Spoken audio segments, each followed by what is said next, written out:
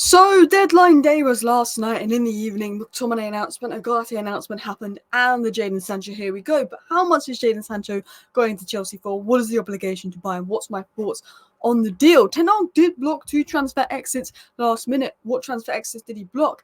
Dan Ashworth speaks out about the signing of Agate. What was the truth behind Man United signing Agate? Because apparently Ten Hag did not sanction it. Manchester United tried to sign Benjamin Sesko. This is the time in the transfer window where everything we tried to do that we couldn't do gets revealed. Who we originally wanted to sign, who we originally wanted to sell has been revealed, and more. So hello and welcome back to Alice Talks Football. Welcome back to your first video post transfer window. We're going to round up a little bit of what happened last night and some of the news stories coming in this morning. So please hit that like button and of course subscribe down below if you're new. We're on the road to 100k. Scott McTominay is a Napoli player. It is weird seeing Scott McTominay in a shirt that isn't a United shirt. But I think it was the right decision to sell Scott McTominay. Even though he's been at ages, I think Scott McTominay out for Agate was the right decision from a footballing perspective because we needed a player like Agate, a number 6, very similar to Kante in his days, breaks up play, someone that's going to win back the ball, and we needed that. But let's dive into the news. We'll talk about that later. So, late last night, it came out. Jadon Sancho to Chelsea. Here we go. Loan deal with obligation to buy clause agreed between clubs. Sancho's already said yes, and he wants the Chelsea move. A deal is now agreed between all parties, and United accepted the proposal. The deal is now set to be signed. So, Sancho is becoming a Chelsea player. Fabrizio Romano said Jadon Sancho and Chelsea and United all signed the documents. The deal is 100% done. Manchester United internally discussed and pitched Chelsea's second offer to guarantee that Sancho will not return to Carrington at the end of the season. Chelsea's first offer was a loan with an option to buy, which has a higher loan fee and a higher buy fee, but no guarantee they will sign him until 2025. So United are very much like Sancho. They offered us 2 offers. Chelsea offered us 2 offers for Sancho. One with an option to buy, where they maybe would have spent 35 million. But the other one was an obligation to buy, where as long as they finish 14th or above, they will pay 25 million. Now, I'm going to be honest. Tottenham sold Oliver Skip for 25 million, who is the same age as Sancho and nowhere as good as Sancho. Do I think we should be getting 40 million for Sancho? Yes. And do I think that Sancho's position with Ten Hag probably made our negotiating power not as strong? Absolutely. And I think that's the frustrating situation with Jadon Sancho is I think the whole situation with Ten Hag meant that we had to basically accept cheap as chips for him. I know we were saying, we'll keep him if worst comes to worst. We won't sell him unless we get the right offer in. But let's be honest, 30 million was the lowest I'd have accepted for Sancho. But because of the need to get him gone and the fact that he is going to go and we don't have to worry about selling him next year, and we know next year we're going to get 25 million in the bank plus the wages saved, and he's on quite high wages, I think it probably was the right move by Manchester United.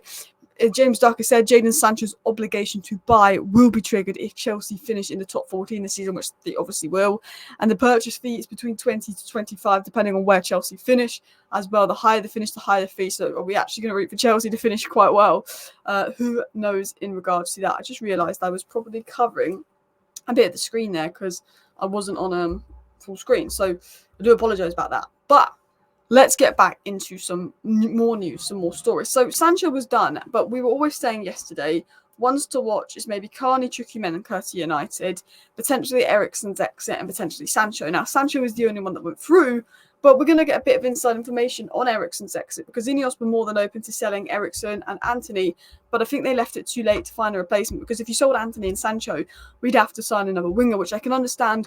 While I think Anthony should have gone, I can understand Ineos saying, you know what, Anthony and Ten Hag saying maybe we shouldn't sell Anthony because we are quite light on the wing department with Greenwood, Police Street and of course Sancho going. But if only we could have got Elise and we could have then maybe sold Anthony. Eriksen was another one, but because no second midfield signing could be agreed, Eriksen is staying in Ten Hag's plans. It was said by the Mail. Erik Ten Hag was unwilling to permit any other members of his squad to leave in the final few hours after McTominay and Sancho, with Anthony and Eriksen in his plans for the season ahead. So there was rumours that he'd be willing to let Anthony Eriksen go. He likes Anthony. He probably would have been willing to let Eriksen go. But then now in the plans ahead of the season, Eriksen will probably leave for free at the end of the year. It would have been nice to get 5 million for him because he's going to go for free and he's on high wages and get a second midfield signing in. But do you know what? I can't complain too much. You look at our transfer window compared to like Newcastle's or compared to Liverpool's or compared to most teams, and we've had a very good transfer window. So, Anthony Eriksen staying, you can't complain too much. I think if Anthony had gone and we got Elise in, it would almost been a 10 out of 10 window. But I think considering that we've got a large amount of players out, we've got a large amount of players in, we actually, if you include the wages we saved and the fact that we're going to get 25 million for Sancho in June next year, was only a 37 million net spend for everyone we brought. It was technically like 90 million net spend, but if you actually include the wages saved with Martial and Varane and like the 25 million we get for Sancho, it takes it down to a 37 million net spend. Anyway, there's a few question marks about Ten Hag not being happy about McTominay leading. But before I get into that, it was said that Real Betis had bids to sign both Anthony and Eriksen on loan, but they were rejected by United. Ten Hag wouldn't sanction those moves, which I can understand. I think Eriksen going and getting a second midfielder in could have been all right, but I think with Sancho Greenwood going and us not getting a winger, I can understand why Ten Hag didn't want Anthony to go, although I would have sold Anthony. So, Ten Hag said this on McTominay to Napoli. I have mixed feelings because I would have preferred not to lose him. He's happy. He has Manchester United in his veins, so I'm happy to him, but I wanted him here. That's what Ten Hag is saying. Ten Hag is saying basically he had mixed feelings about McTominay leaving, and you know how people were worrying with the additions of Xerxes, De Ligt, Mazraoui, former Ten Hag players, that Ten Hag was in control of the transfer window and not Ineos, because Ineos have taken control away from Ten Hag, and there's always been that worry that Ten Hag's in control because we're signing an Ajax player, another Ajax player, another Ajax player. I think the fact that McTominay went and Agate came in, and I'm going to get into more detail in that in a second, and what Ashworth has said, is an indication of this is different this year. This is Ineos' transfer window, because it was said in regards to Agate that PSG wanted 60 million euros for Agate, but we agreed 50 million euros plus 10. So they originally wanted 70 million euros. They wanted 60 million euros up top. We then agreed 50 million euros plus 10. I think we could have got him a bit cheaper, but I think we're at a point where we couldn't risk missing out on this deal because we needed him. And Dan Ashworth said, signing Manuel was one of our main objectives. He's one of the best midfielders in the world. His quality, experience and passion will be a great asset. We look forward to seeing the positive impact he will have on the pitch in the dressing room. And Dan Ashworth's very positive and very happy about the signing of Manuel Agate. And apparently, according to Duncan Castles and the Athletic, Dan Ashworth only cost United just under 3 million. And if you look at the transfer window we've had, my signing of the summer in Dan Ashworth, but he speaks about Agate being one of the best midfielders in the world. I'm going to talk about Agate in more detail later and how he really compares to Kante as a player and how he could be really good for United. But this is what was said by The Athletic, which I think was quite interesting. Manuel Agate had admirers in the club's newly formed recruitment structure, particularly Jason Wilcox. Erik ten Hag was cooler on the Agate signing, partly because of the rival was always likely to necessitate the sale of McTominay. But the Muppeteers said that Ten Hag would have rather not signed Agate and kept McTominay. And I said that's a weird report for the Muppeteers, but they're normally quite accurate. That report from the Muppeteers is now being further confirmed by The Athletic, that Ten Hag wanted to keep McTominay, but it was Ineos' idea to sell McTominay and keep Agate. So if Woodward and Murta were here, we wouldn't have signed Agate, we would have kept Scott McTominay, and we would have gone in with no new DM in the window. Because Ineos are here and they've got proper footballing people on the structure of this club, they've decided we do not need Scott McTominay. We've got Mount, we've got Xerxes, we've got Ammo, we've got Bruno that can play as a 10.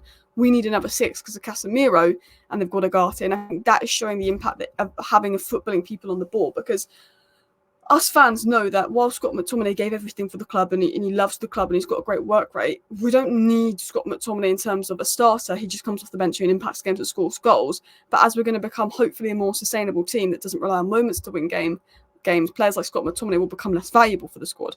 So I think, we need someone that's going to help us control games. We need someone that's a 6 that's able to win back the ball, is able to cover ground, and that's Agate. And I think Ineos look at it in that footballing sense of, while you like McTominay, what Man United need is a DM, and we're going to have to sell McTominay to do that, because we've got to think about what United need. And I think this is something where you can see Ineos have got in on that, because Ineos were the ones that wanted Agate, not Ten Hag, and I like that. Obviously, Ten Hag, if he really didn't want Agate, they wouldn't have signed him. Ten Hag is more than happy with it, but yeah, he definitely wanted to keep McTominay. It was said before Joshua Xerxes was selected as the prime candidate, Manchester United tried again for Sesko. United's third attempt to bring him to Old Trafford this summer did not get far, as the 21-year-old signed a new deal with RB Leipzig.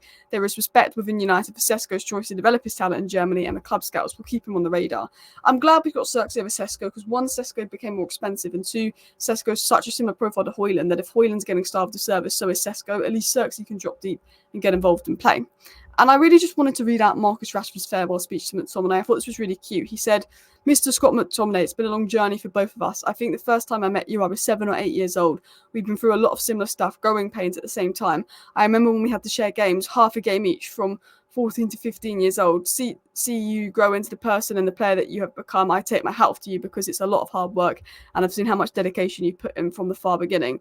And what I think is really special about United is McTominay and Rashford have been playing together since they were 7 or 8 years old, and then they were playing together for United's first team. And I think it just shows how special the United Academy is and just what a special club United is. Because Ugarte said on joining United, it's an incredible feeling to join a club of this magnitude that is admired around the world. The project the directors have told me about is extremely exciting, and I love the line. Every new signing has said the project that Ashworth, Wilcox, Barradas told me about is extremely exciting, which probably shows how we managed to pull Lenny Euro, how we managed to pull Xerxes. He said United's an ambitious club and I'm an ambitious player. So I'm really happy with the signing of Ugarte. I'm going to do a live stream tonight to talk about this in more detail. Thank you for watching. Bye.